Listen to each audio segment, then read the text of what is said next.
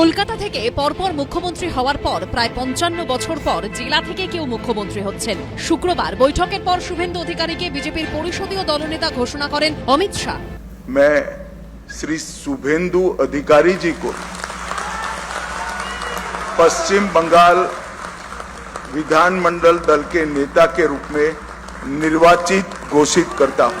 আমি কৃতজ্ঞতা প্রণাম জানাবো বিশ্বের সর্বশ্রেষ্ঠ নেতা নরেন্দ্র মোদীজিকে, আমাদের প্রধানমন্ত্রীকে, যিনি ব্রিগেড প্যারেড ময়দানে দাঁড়িয়ে পশ্চিম বাংলায় ভয় আউট করে ভরসা ইন করেছেন। পশ্চিমবঙ্গের প্রথম মুখ্যমন্ত্রী হন প্রফুল্ল চন্দ্র ঘোষ, তারপর মুখ্যমন্ত্রী হন বিধানচন্দ্র রায়। তিনি ছিলেন আধুনিক বাংলার রূপকার। ভারতরত্ন বিধানচন্দ্র রায় টানা ১৪ বছর মুখ্যমন্ত্রী ছিলেন। এরপর পশ্চিমবঙ্গের মুখ্যমন্ত্রী হন প্রফুল্ল চন্দ্র সেন, তারপর পশ্চিমবঙ্গের মুখ্যমন্ত্রী হন অজয় কুমার মুখোপাধ্যায়। তার বাড়ি ছিল তৎকালীন অবিভক্ত মেদিনীপুরে। তিনি পশ্চিমবঙ্গের রাজনৈতিক ইতিহাসে প্রথম অকংগ্রেসী সরকারের নেতৃত্ব দিয়েছিলেন। তারপরে জোট সরকারের হয়ে ফের মুখ্যমন্ত্রী হন প্রফুল্ল চন্দ্র ঘোষ।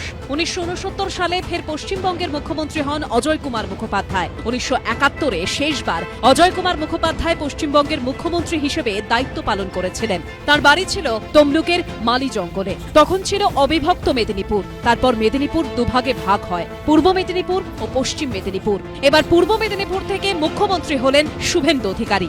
অজয় কুমার মুখোপাধ্যায়ের পর মুখ্যমন্ত্রী হয়েছিলেন সিদ্ধার্থ শঙ্কর রায়। ১৯৭৭-এ ক্ষমতায় আসে বামফ্রন্ট সরকার। মুখ্যমন্ত্রী হন জ্যোতি বসু। জ্যোতি বসুর পর মুখ্যমন্ত্রী হন বুদ্ধদেব ভট্টাচার্য। ২০১১-এ ৩৪ বছরের বামফ্রন্ট সরকারকে হারিয়ে ক্ষমতায় আসে তৃণমূল। পরিবর্তনের রাজ্যে মুখ্যমন্ত্রী হন মমতা বন্দ্যোপাধ্যায়। ১৫ বছর পর ফের পরিবর্তন হল পশ্চিমবঙ্গের রাজনৈতিক মসনদে। এবার মুখ্যমন্ত্রী হচ্ছেন শুভেন্দু অধিকারী। আগামী দিনে আপনাদের স্বপ্ন পূরণ করার কাজ ভারতীয় জনতা পার্টির সরকার করবে।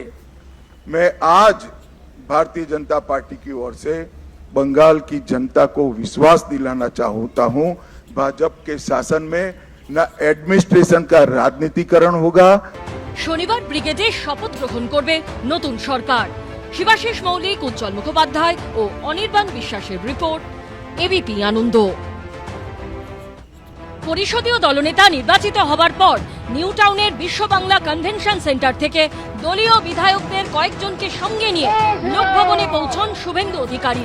শুভেন্দু অধিকারীর সঙ্গে ছিলেন বিজেপির রাজ্য সভাপতি শ্রমিক ভট্টাচার্য, কেন্দ্রীয় মন্ত্রী সুকান্ত মজুমদার, উড়িষ্যার মুখ্যমন্ত্রী মোহন মাঝি, কেন্দ্রীয় পর্যবেক্ষক সুনীল বনসল, নির্বাচনী পর্যবেক্ষক ভূপেন্দ্র যাদব, বিজেপির জয়ী প্রার্থী দিলীপ ঘোষ, তাপস রায়, লকেট চট্টোপাধ্যায়রা। রাজ্যপাল আর.এন. রবির কাছে সরকার গঠনের প্রস্তাব পেশ করেন তিনি। এই মুহূর্তে আমরা দাঁড়িয়ে রয়েছি লোকভবনের সামনে।